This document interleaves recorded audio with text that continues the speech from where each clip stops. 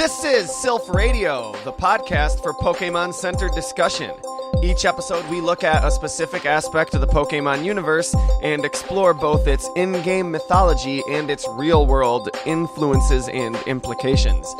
This is a podcast for grown-ups and or intelligent and respectful kids. We say bad words. Don't go around repeating them in front of your parents and shit. Silph Radio is brought to you by SecretRoomMultimedia.com, the website where you can find the non-award-winning webcomic Moose and Toast, as well as other great podcasts such as Fairpoint Podcast and Fair Enough Podcast. This is not an officially licensed Pokemon podcast and has no affiliation with Nintendo, Game Freak, or the Pokemon Company. I'm your host, Nathan Kappesser, and today with me, returning, we have... Jeremy Vyne. Welcome back, man. Thank you. I feel welcomed, and I feel back. Back again. Awesome. What topic did you suggest we discuss today? Today I suggest we speak about the Pokemon Dream World. Which is a fantastic and intriguing topic for conversation, especially since I never partook in it while it was around. But you can bet your ass I did my fair share of research, and I've got Jeremy here to help me, so we'll get through this. We will. But before we do... A lot of hugging and holding. No, that was the last episode. We got enough of that in the last episode that we did together. Go check out Fair Enough. Oh, yeah. Or we cut out most of the hugging and the holding. It was just, it sort of just became repetitive, like the sobbing. Like, I'm like, you know, how many minutes can we expect the listeners to endure of... Anyway, I think it's important that we get it out of the way. Like, we have the Professor Jeremy Vyne here with us. We'd be remiss not to discuss dreams and dreaming in general and our thoughts, feelings, opinions, beliefs, or ideas about such. I have a complicated relationship with dreams, and it has helped to mold, as I guess everyone's life experiences help to mold, the general facet and viewpoint they have about a particular subject. Okay. In this regard, dreams are a very complex thing for me. It holds true in that regard for everyone. I know some people who go to sleep every night and never remember their dreams.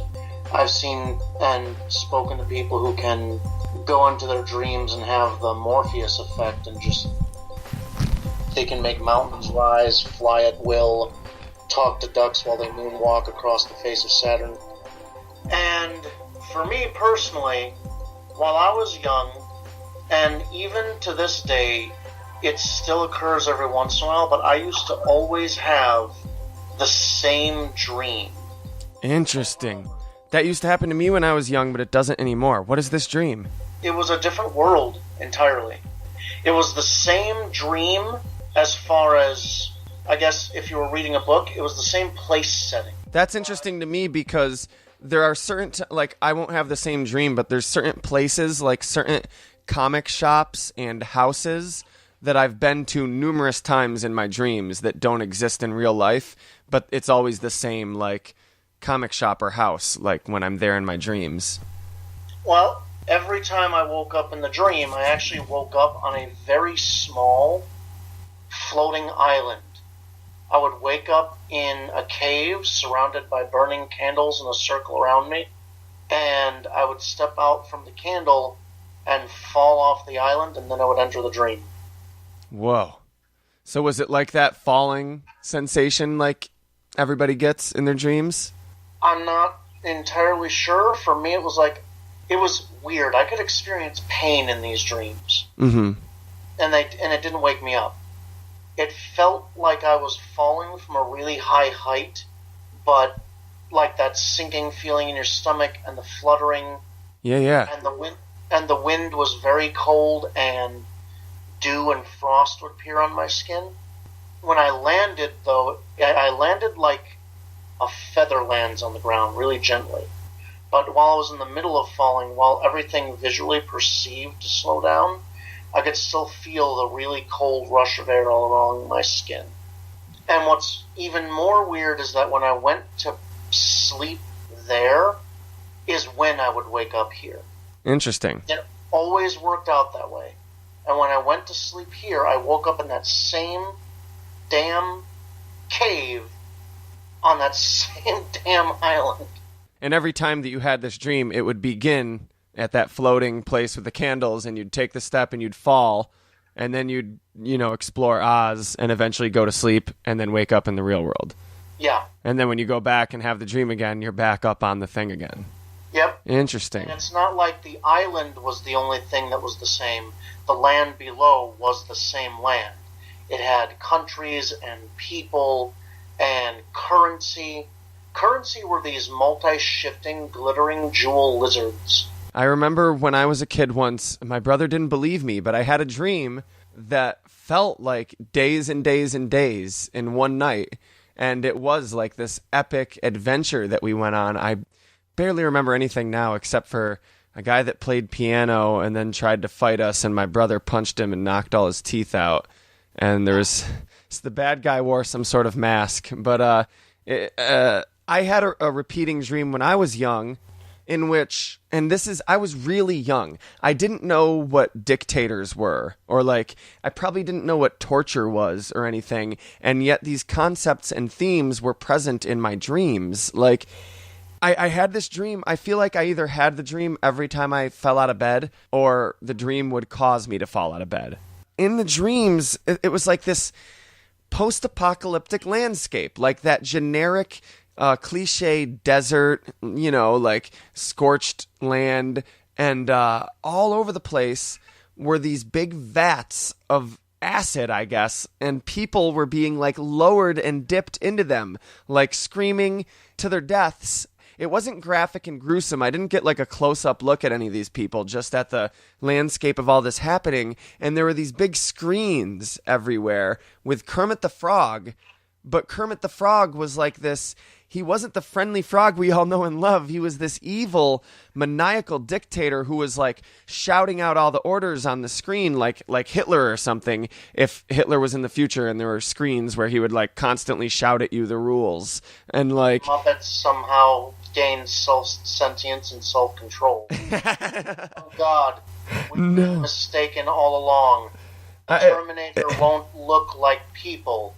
Terminator will look like our beloved childhood icons. Hey, that's the way to do it. But I mean, it sounds silly, but it was genuinely disturbing and horrifying.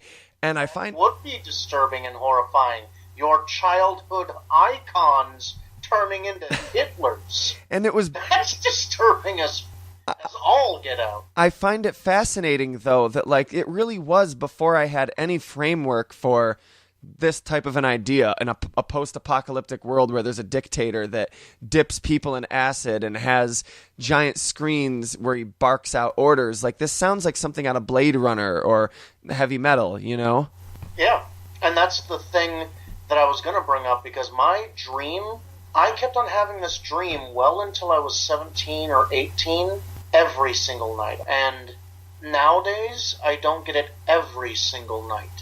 But every once in a while, I still go back there. So now, I'm curious about your thoughts on dreams in general. Mm-hmm. I think I remember speaking to you before about how I believe that consciousness is a state of physical law. That it shapes and is part of physics, a fundamental portion of our universe. Right? Okay. So, dreams, if nothing else, are unfettered consciousness. Consciousness before it has to take on a linear perspective, because we're walking through our flesh and blood bodies every day. It's a perspective of free floating consciousness without any unifying purpose or directive necessarily, except to resolve itself. Okay. So when I think about dreams, especially people who gain incredibly vivid or bizarre dream experiences like my own, and thinking about my past with my Native American roots and the system and the mechanics of what you might call delving into experiences with altered states of consciousness, what more epitomizes an altered state of consciousness than the shift in consciousness you go into when you sleep?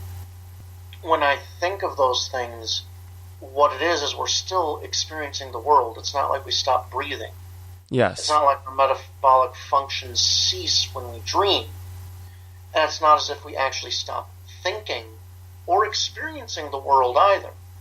Instead, think of dreams as like an altered state of consciousness induced by chemical additives. In fact, chemical additives from your own brain's construction are needed to induce sleep. Of course. When you look at it like that, dreams are another way in which to interpret the reality around us. It produces a whole new cognitive filter. Yeah. And because we're no longer fettered by our single perspective physical body at the time, there is a fundamental principle in which we are remembering, we are projecting, and we are experiencing the moment in a dream. In that way, fundamentally, dreams represent the unfettered nature of how consciousness may manifest an understanding of past, present, and future as a simultaneous and continuous cognitive experience. Hold on. Yeah, I mean, like, the way I've kind of always thought about it is, like, if I try to put too fine a pin on, like, what dreams are, like, people will be like, oh, it's just random neurons firing in your brain. It's your brain processing things that it was thinking about that day. Oh, it's archetypal things that, it's your brain doing, like, simulations, running simulations while you sleep, or, like, oh, it's you actually communing with actual entities and spirits, or actually astrally traveling to different planes of existence. I mean, to try to say it is or isn't any of these things to me is like trying to categorize all of your waking conscious experience into one thing, like is to try to boil down all waking conscious experience to one thing. Like, well, when I eat when I'm awake is a totally different thing than when I'm watching a movie, is a totally different thing than when I'm having sex, is a totally different thing than when I'm, you know what I mean? Any of these things that you can do when you're awake. So being asleep and being awake are literally equal states. You spend half of your life awake and half of your life asleep, or if you're me, 75% of your life awake and 25% of your life asleep. Question sleep forever. So, like, I don't know, the logic doesn't hold up if you try to transfer it from one, to the other. Like, the logic of wakefulness doesn't hold up in dreams, and the logic of dreams doesn't hold up in wakefulness. Like, your landlord isn't a vampire. It's not that's not going to hold up when you wake up tomorrow. At the same time, the logic in the real world doesn't need to hold up in dreams, and it doesn't have to mean that they're less real, because it's an entirely different state and experiencing of consciousness. I feel like I'm not my lexicon is failing me right now. Like, I'm not pulling the right words out to express myself, but... No, and I do understand. It's just, when you think about it, right, as you stated, half of your entire life's experiences tend towards dreaming, towards sleep. And it's not as if your body shuts down, or your brain stops thinking, or your nose stops smelling. Your eyes are even still registered once you see REM. REM means rapid eye movement.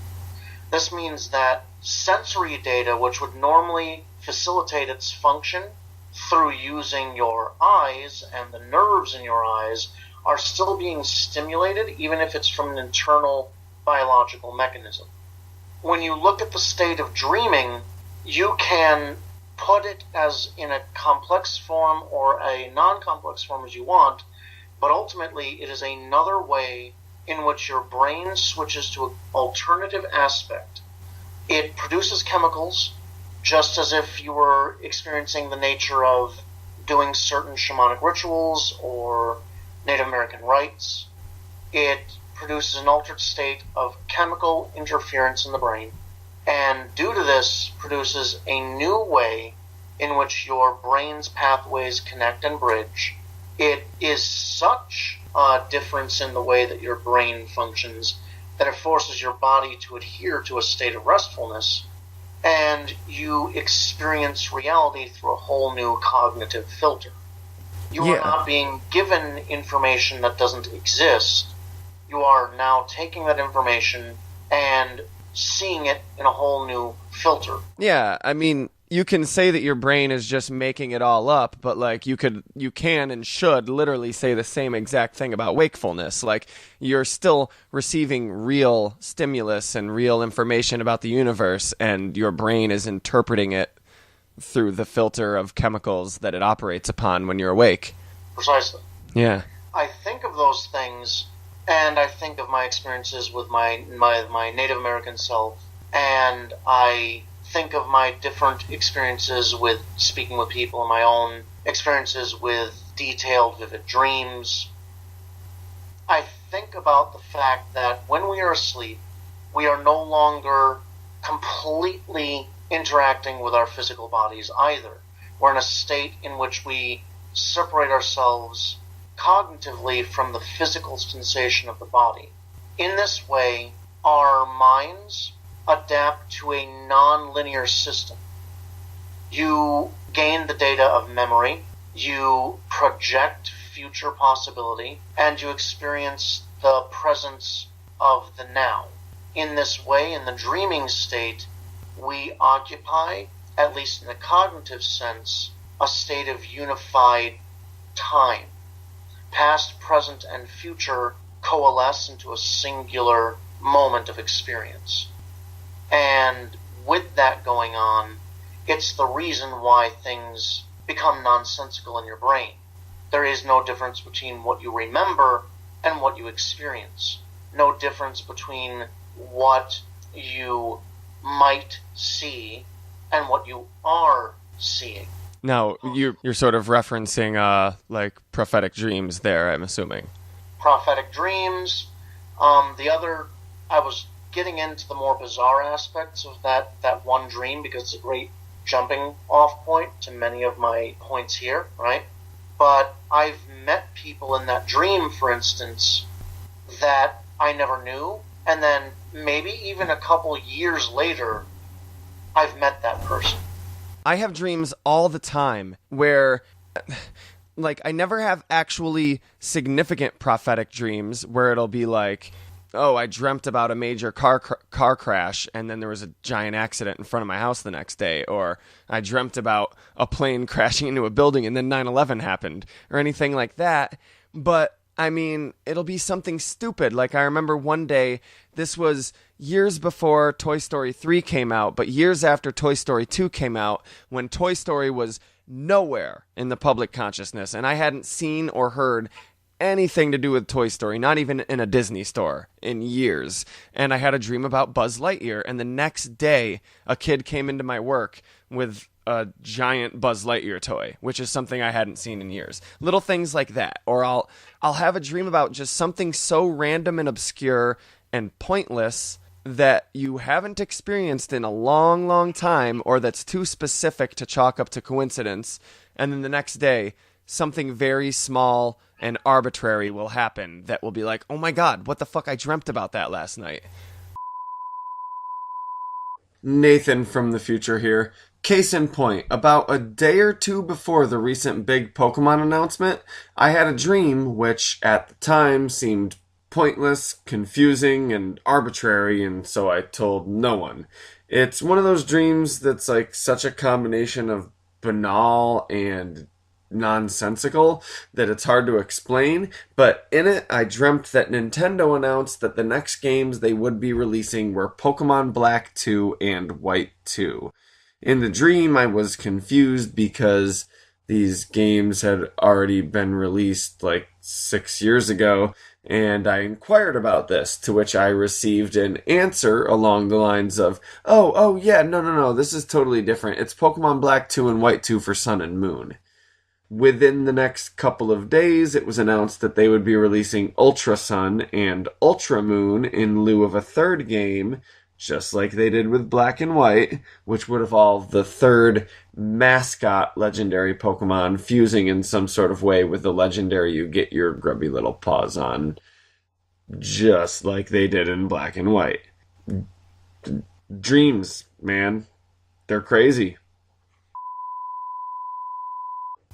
Well, here's an interesting parallel to that. We've been friends since high school, And you know the couple of girls I dated in high school, right? I do. I remember. Yep. Well, one of my ex-girlfriends from high school, I had a dream about them 2 years before I even entered high school. Except that in that dream, they were a painted clown, the pointed hat French version of like the sad clown archetype. Okay. They were obviously some sort of actor or entertainer the way that they behaved, but they kicked my ass, left me on the ground, and tore out my heart. And then you met them in real life, and you were like, I'm going to ask them on a date. No, it's okay, Jeremy. It's okay. I did the same thing for years. But no, that happened, like I said, 2 years before I ever met this person. And because I dreamed so vividly, I mean, I knew their hair color, I knew their eye color, I knew their facial expressions and the way their face was shaped. Because I recognized this person. It was uncanny. And so I take very seriously the concept of consciousness as an integrated part of physics and our physical laws.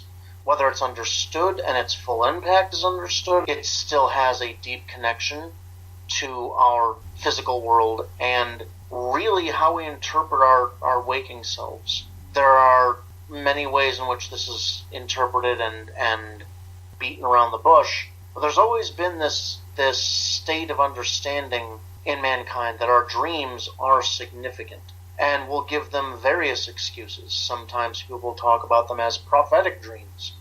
Some people will talk about them as teaching dreams, dreams where we have something that we ignored or disregarded in our waking lives, and so our dreams reinterpret the scenarios to help us make a cognitive catharsis with something we couldn't rationalize or beat out in the waking world. If there's somebody you're really attracted to, you suddenly have sex with them in your dreams. Or you find somebody very frightening and you have nightmares about that person until you kill them in the nightmare in your dream, and that resolves certain conflict issues. People talk about it in systems of symbolism. So a cigar could be a cigar, or a cigar could be like a penis. There's all of these different methods of interpreting the same thing, which is that in your mind you are unfettered from linear time. And you are unfettered from your body's laws of physical consequence. Because of this, your mind and your consciousness becomes very free. And in that freedom, you experience multiple points of possibility, perspective, joy, pain. And if consciousness is, as I believe, a part of physical law, then this allows us almost a measured testing ground of what possibilities may be permissible. It helps us to fundamentally shape what can be possible as conflict resolution. You mean us as individuals? Us as individuals, yes. Okay. Yeah, I can totally get that, and I think there's still a lot we don't understand. I mean, I do think that sometimes I have dreams that are just, well, I just happened to have a stressful day at work today, so I dreamt about a stress at work. Or, I also deeply believe that I've had dreams that felt incredibly powerful, where I really truly do feel like I encountered some type of entity or something that was not something that didn't come from me, Yeah, exactly. And, people act like dreams, if they're not significant all the time, must be insignificant. And I want to ask those people, in your waking life, is every cup of coffee you get from Starbucks an epic adventure into, like, an alternate universe? No, sometimes your cup of Starbucks is just kind of disappointing because they forgot the cinnamon. And the most insignificant things are the most important. The banalities of life are the facts of life. The most insignificant things, they actually are a good measure of the realism around you. Yeah, that's where you find the deepest truths, even. Like, you can ask the big questions, but I think asking the little questions and being able to give yourself a satisfying answer that can't just be met with a but why is more difficult, you know? Yes, because big things happen, and big things are big things. They're large, they're obvious. But quite often, the undercurrent, the underpinnings of the events through time in your life are actually measured progressions of all the little things that you either addressed or didn't address. The little grains of sand in the time that is your life. Getting back onto dreams, it feels to me like the world of the dreams, it's terra firma, it's sands that make up its groundwork. Unlike us, where we're searching in our waking lives for the big things, we're looking at the obvious. In the dream, all the little subtle things become the exaggerated, larger things. But that's why it becomes so absurd, why dreams can be so bizarre, and why in a dream, if you're suddenly going off and buying a cup of Starbucks, and just like, you can all of a sudden see like a heavy emotional impact. You'll wake up crying or something like that. Because even in an experience like that, there's some sort of unresolved something that you're free from linear time consciousness attached some significance to it. And it shows that nothing is unimportant. Nothing just doesn't matter, and your brain is constantly working out this big cognitive superstring of connections. And even the little things end up actually mattering to your total self. And since we're all explorers and all connectors and all thinkers and dreamers and philosophers, the little moments are no less important to the quest of understanding oneself than the big moments, you know? And this is where we stand on dreams. So, clearly a much bigger topic than we are prepared to tackle in any real depth today. So I think we'll have better luck trying to tackle, rather than what are dreams in our world, what are dreams in the Pokemon world, and what is the dream world and how does it work? Let's, can you explain to me, Jeremy, what was the dream world? Like, not in mythology, but like, what was it? Like, so the dream world was two big features in the game. One where you could kind of like connect your devices in a cloud network, sort of, with other players of Black and White. So that was one thing. And then the other part was their first big branching, at least I believe it was the Pokemon Company's first big branching, into doing shared online Pokemon gameplay. Yeah, I've actually seen it referred to as a massively single-player online game, which is just like an MSORPG. Like, okay, interesting. Yeah. You could even meet different Dream World variations of the Pokemon that you love. Yeah, I think the basic idea was you would, like, take one of your Pokemon and you would put them to bed. Yeah, Professor... And then while they were in bed, they shared a single collective consciousness in the dream world with other Pokemon. Yeah. Including Pokemon who exclusively lived within the dream world that could be dragged out if you made enough connections and friendships with them. So basically the idea was... what was it called? The Global Link or something? Like this online website. And you could take one of your Pokemon, and in story, Professor Fennel, I guess, created this invention using like the dream mist that's created by Musharna that would send Pokemon to the dream world. Like they'd go to sleep and they'd send them to the dream world, and then you could go online on your computer in the real world and do shit with this Pokemon in the dream world, and then you could have actual consequences in the game, in your Game Boy itself. Yeah, you could retrieve items from the dream world and actually befriend Pokemon that you could then bring back into the real world. Yep. Fascinating. So this has massive implications for the series mythology. Yeah. And I really wish they would have gone much further with it, because that is just fascinating, but it kind of just faded from the future games. Okay. How does it work? Basically, from what I've gathered, every Pokemon that you send there has like a little floating island called their home, and there's a house on it which Fennel created. And there's like a shelf there. You can like do things like you can put items on the shelf, and people that like visit can exchange their items. And you can cross to the Dream Island, which is where you go exploring the different areas by like this rainbow bridge. Yes, very Asgardian. And there's a bunch of different areas. There's the forest, there's the ice caves, the haunted house, all the different archetypal environments that you might find in this collective unconscious.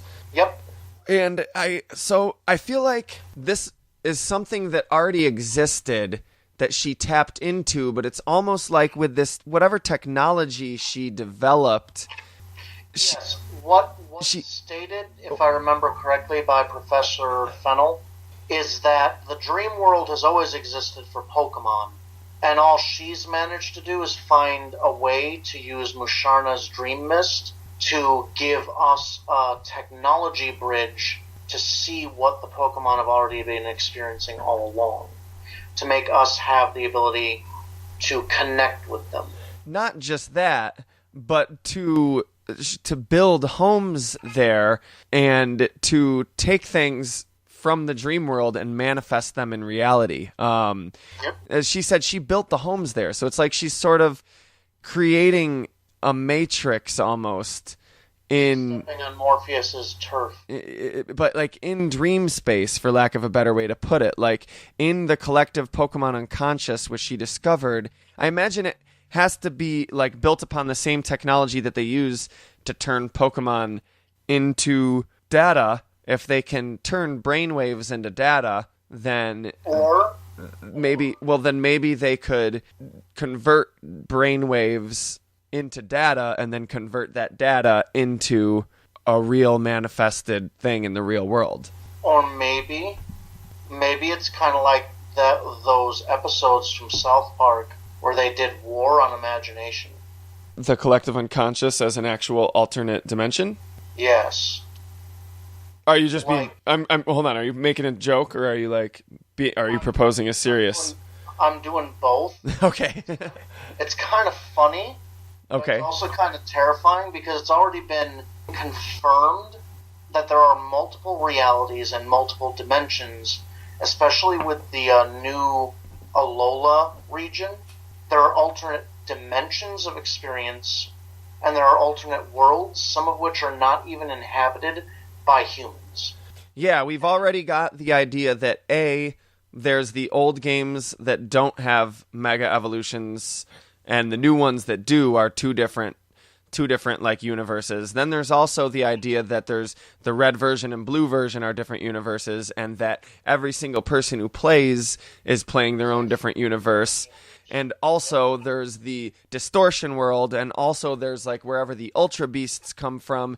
But I kind of feel like the dream world is something different. I feel like it's more of a collective unconscious thing. I don't think it's an actual point in space. Like, I don't think there's any actual dimension or any actual space there. But at the same time, there is. I don't have the necessary linguistic tools. It's kind of like a mind plane. Yeah. It is real, but it's real because consciousness sustains it, not the standard laws of physical matter.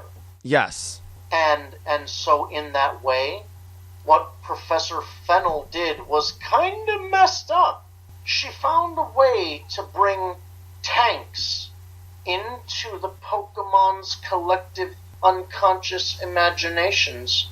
Clearly, the future was to wage war on Poke imagination. No, I don't think so, man. I think we got to give them more credit than that. I think the people in the Pokemon universe as a whole are generally more good-willed than people in our universe. I think she did it with very good will. I think they're on the brink of a utopia. They can now manifest berries. They can manifest items from dreams in reality. They can feed the poor. I feel like they can already feed the poor just because they're better at managing resources than we are. But not to mention they have magical beings that are willing and able to help them. But I think it's a good thing. And then if you think about, okay, so one thing that happens, which we didn't really explain and set up, this is a little bit scattershot, but who cares? It's one of those episodes, was that there's the Tree of Dreams, which exists on the Island of Dreams. And when you visit the Island of Dreams, no matter where you go, and no matter what path you take, you will eventually stumble upon the Tree of Dreams. And people say that it can grant your wishes, which in the game, I guess, manifests as if your Pokemon met and befriended any Pokemon during their journey, you can actually bring them into the real world. And the way this is accomplished is through the Extra Link, which is like this big area where there's like a field and then there's like a forest, and you can go into the forest and catch the Pokemon that are brought into the real world. I think that's fascinating too, though, because like maybe, I don't know, it's speculation, but like maybe she's able to like use this technology to like, sure, like manifest the berries into reality and manifest the different items you find into reality. But in order to, these Pokemon that exist on the dream plane in the dream world are real living entities, and it's not that simple. And it's almost with the blessing of the Tree of Dreams that she is able to use this technology to facilitate their manifestation in our, reality. We've seen repeatedly the examples that Pokemon technology often derives from a direct interlink with the natural forces of their world.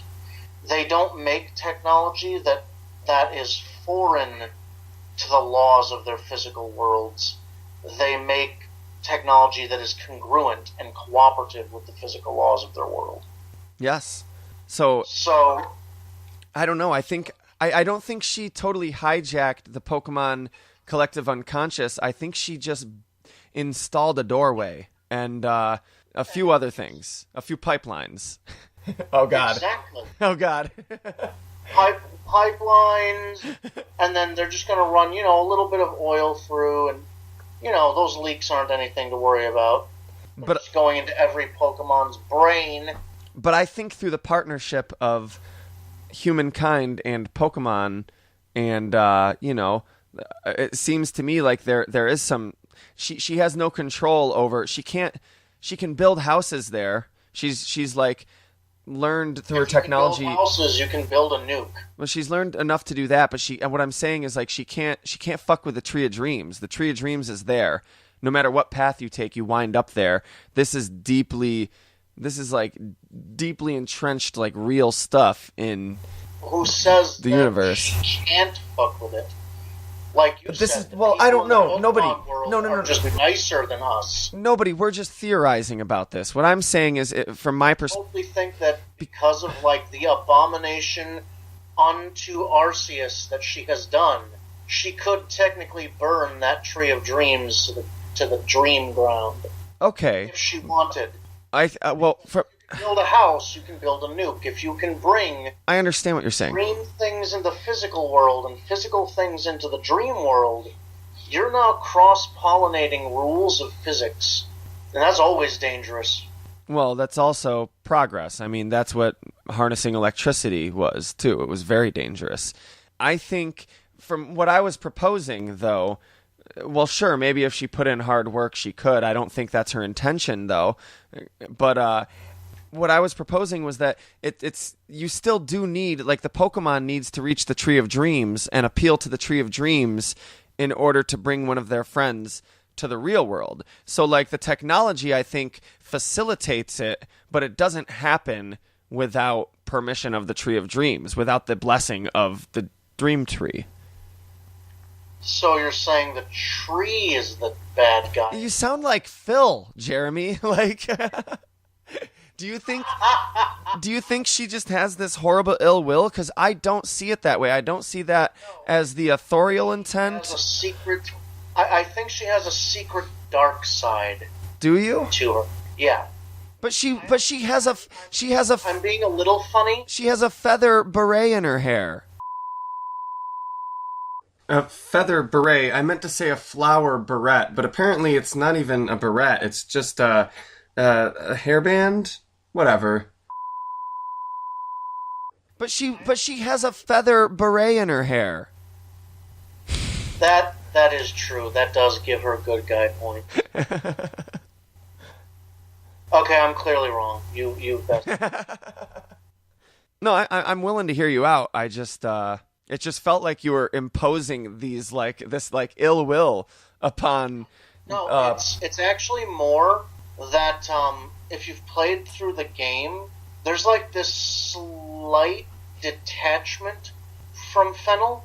She's more interested in her work, Pokemon consciousness, and its bridge between this dream world and our physical world, than the singular implications it might bring up. Well, to be fair, she's an NPC in a Pokemon game, and every NPC in a Pokemon game is more interested in their one-dimensional identity than they are anything else. I like shorts. They're comfy and easy to wear. I'm a tough rock trainer. Plus, the professors always have a little bit more depth put into them, like Professor Oak or Professor Birch, right? She's no less a professor. She is. She was only a friend of the main professor of Unova. I know that. But you say she's just a friend. But you say she's just a friend. That's awful. Oh, baby, you. You know what I mean. I was trying to... you say she's just a friend. Anywho, my lilting, dulcet tones aside. Oh, it's better than Bismarcky. No, there's these vibes you get from each character, right? Like Professor Oak, you get that he's kind of like doddering and sometimes forgetful, but he deeply has a love between the commonplace connections between trainers at Pokemon and Pokemon in the natural world. Yeah, he's old school. Yeah, you get that from, I'm trying to remember the name of the professor that worked with Professor Oak. He's the one who either gives you a Cyndaquil, a Totodile, or... Elm? Yeah, Professor Elm. You can tell that he kind of follows in the Professor Oak's footsteps and still has that concept, but then he focuses on his individual research passion. With Professor Fennel, you go through all this stuff just to unlock the dream world. And in that, you kind of do actually get a feel for Fennel. And she seems like the disconnected type. And I think possibly that was to emphasize the fact that she's kind of spacey and dreamy. But for me, it also came off as kind of like a dangerous casual disinterest in the real world. Okay. But I think that might just be subtle characterization. I don't think it's emblematic of ill will. I don't think that either. Not really. Like I said, I was being a little bit funny there. Yeah. But what I do think is that it shows a bit of recklessness in Fennel. And that can always lead to abuse. And recklessness and the inability to see the dangerous aspects of one's research or knowledge or project can always lead to a person who does see those things and a person who does have ill will to exploit that. Mm-hmm.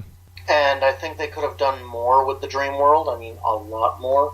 I think that was worthy enough to become its own, like, game, possibly, with its own unique storyline, because there is going to be a bunch of people who would want to exploit that. Who the hell has never envisioned getting the shit in their dreams and making it a thing, at least once in their lives, happen in the real world? Think about all the douchebags who would try to, like, abuse that. Yeah. Especially in the Pokemon world, where it is shown that there are dream Pokemon who have abilities like nothing that exists in the physical world for their kind. The Evolutions in the dream world, they have unique abilities that don't exist in the physical world EVs. Yeah, that was the main draw of the Dream World when it first came out, was like you can find Pokemon. The hidden abilities originally came from the Dream World, and now you can find them in the wild, like I imagine because people have gotten Pokemon from the Dream World, they've been able to breed and be reintroduced into the wild, and now it's just popped up more readily in the real world. But again, though, I think there's more goodwill in the ruling factors in a lot of the Pokemon world. And there's these splinter factions that pop up, sure, that have bad intentions. And I like that lately they've introduced a lot more gray area to the intentions of the antagonists and protagonists. But I think it's cool that she's created this technology and she's sort of put a leash on it. And like I said, from my perspective, it's like she's being as non-invasive as possible. The Pokemon has their little island. She builds them a little home there, and they're able to go explore the Dream Island, which I imagine exists archetypally free of her and anything she's built. And that I think that this technology can be used for incredible good. I believe that is also possible.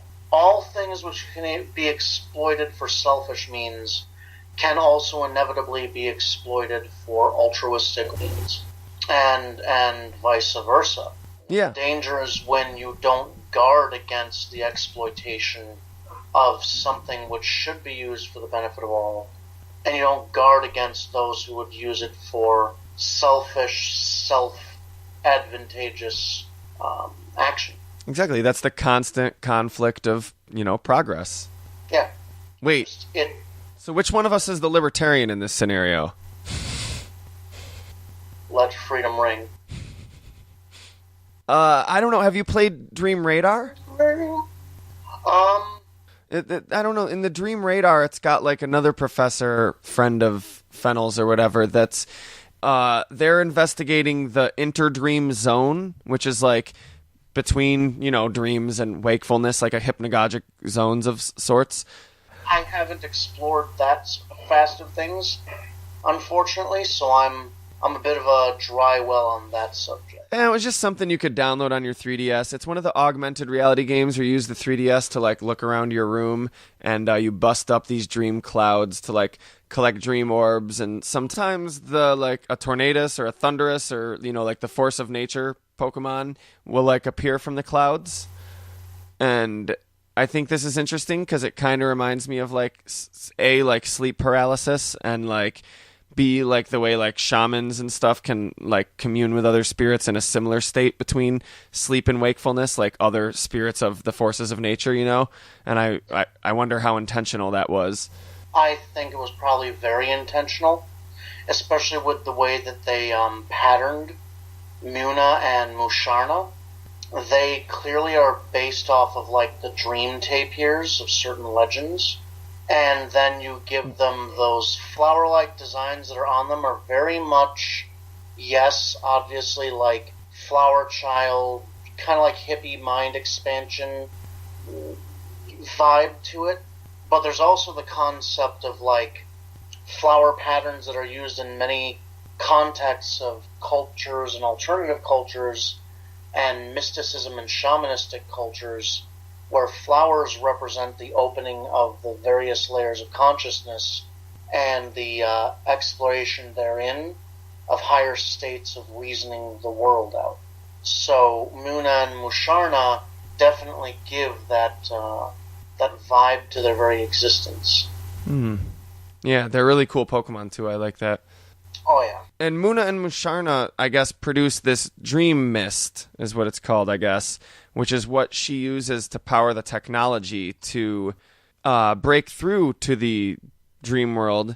I wonder if the interdream zone has anything to do with that. If it's between dreams and reality, it might have something to do with manifesting dream stuff into the real world. And I don't know. I'm curious. It seems like a transient substance, like the dream mist that Muna and Musharna produce. They may not be producing it, they may be collecting it, and then something as a part of their biology just kind of triggers it in the right way to bridge the gap between other consciousness and waking consciousness. Well, perhaps it's like they're absorbing the water particles of dreams, if you will, and turning it into a mist. Like, it's not naturally a mist. They're the ones that produce the mist by absorbing this dream essence, this ethereal dream substance. Yes. And in that way, that substance can then in turn be used as a multidimensional bridge. So do you think that's what the stuff is actually made out of? Do you think it's the dream mist is what becomes the matter that forms the bodies of these Pokemon, or the like substance of the berries and whatnot that you bring over? Yes. I believe that it is like that, much like how they've figured out how to do data conversion. They are now doing consciousness conversion. They turn Pokemon into data and then into Pokemon again. Now they're figuring out how to take dreams and convert them into physical things. Sure, but I think this dream mist being the raw material that everything that they summon from the dream world is built out of, that it's almost like a stem cell that can take on the properties of whatever type of matter it needs to, is good too, because when they convert Pokemon to data and then back to Pokemon, they need new matter is never created or destroyed, so that there's always the equilibrium there. But then when they're taking things from the dream world into this world, I don't know. No, it's perfect what you're saying. And what you're saying about it being like stem cells is also very apt, because if you look at Muna and Musharna, they're clearly also embryonic in nature. Yeah, wow. So they are the most simplistic form, and therefore the most energy conservative, and they only need a little bit to sustain themselves. But they make far more mist than what is obviously necessary for their own sustained functions. It's kind of like milking a cow. You don't need to milk a cow to death, and you don't need to starve the calf to get enough milk. These guys clearly produce in overabundancy. And so it's a natural stepping stone to figure out how to utilize this abundance of creation to benefit more than just the organism itself. Very interesting. And I also find it interesting that nobody's working on finding the human dream world. There's got to be one if there's a Pokemon dream world, right? So why is nobody inventing... Maybe it's because they don't have the technology to turn humans into data, so it was just easier. They already had the stepping stones, And Pokemon are just so much cooler than humans. They're like, a Pokemon's dream is probably way cooler than a human's dream. I dreamt about a cinnamon bun last night. I mean, that's cool, but... It is clear as crystal that, like, in the Pokemon world, they already know Pokemon are way cooler than them. Oh, in this world, we know that, too. They are reveling in the fascination of, like, these critters. It's like, no, there's an infinite amount of amusement for us here. We already know that we're humans and we're kind of shitty. But Pokemon are cool, and, like, we should explore more of that. And less of our shit-tastic selves. I think that's a note to end on. Yeah. Hey, thanks for joining us again, Jeremy, and I really hope you can come back again soon to talk about more Pokemon topics. Absolutely, I'd be thrilled to. If you guys don't listen to our other shows, you might have missed it, but Jeremy was just recently on a groundbreaking episode of Fair Enough podcast. Groundbreaking, heartbreaking, Both of those things, yes. Jeremy, I want to thank you again for bearing your soul to the listeners. If you haven't listened, it's not for the weak-willed or weak-stomached. Or maybe it is. Maybe you should challenge yourself and go give it a listen. But it certainly was a intense episode. We did an episode all about your story, your childhood, and breaking the cycle of abuse on our side series Fair Enough podcast for our 50th episode. Absolutely. And yeah. But also on a brighter note, we just had Willie Roberts of the Feral Audio podcast Real Life Sci-Fi on Fair Enough podcast. We're talking about the ideas of Terence McKenna. So whether or not you know that name, if you find like talking about dreams and the nature of dreams interesting, you're going to love this episode and you're going to love Real Life Sci-Fi, the other podcast. So hold the phone. Holding the phone. If you don't, listeners, dear sweet listeners, if you don't know the name Terence McKenna, correct that immediately. He was and is a brilliant man, and will always be remembered, and very interesting. Don't feel bad if you feel a little lost once he opens his mouth. That happens to all of us beginners. Just hey, if you made it through the beginning of this episode, then you're at least you're still not prepared. No, not even close. But it's a lot of fun. We talk to Willie about it. We break it down, me, Craig, and Willie. If you're not familiar, we got 2 other shows, Fair Point Podcast and Fair Enough Podcast. We do the spiel every episode, so I'm not going to waste any more of your time with it, but please go check them out. Please leave us a rating if you're listening on iTunes. If you can just click 5 stars, that's such a gigantic help. And if you can leave a review, that's great too. If you're watching on YouTube, hit subscribe, hit the thumbs up button. If you're not watching on YouTube, go subscribe to our YouTube channel. If you're not doing any of those things, I'm amazed that you figured out how to find a method of listening to us, and congratulations. Send me like a letter or something. Send us letters. I want to know how you're doing it. Yeah. I want to know how you're able to listen to this without any form of electrical media at all. We'll put the P.O. box on our Facebook, so you just got to go like our Facebook, and then you can send us letters. Yeah. Thanks again for listening, and thank you again, Jeremy, for entertaining us all with your wonderful, wonderful stories. Oh, yeah. Not my pleasure. From the Secret Room. This is Jeremy Vyne. And this is Nathan K. Peace out. Have a great week, guys. Dream a little dream for me. Yeah, dream about us. In the most creepy, bizarre ways ever. Oh, please do, and then email us about it. I want to know. You know what? I should not be asking for this. He's asking for it. I'm gonna regret this, aren't I? No, it'll be beautiful.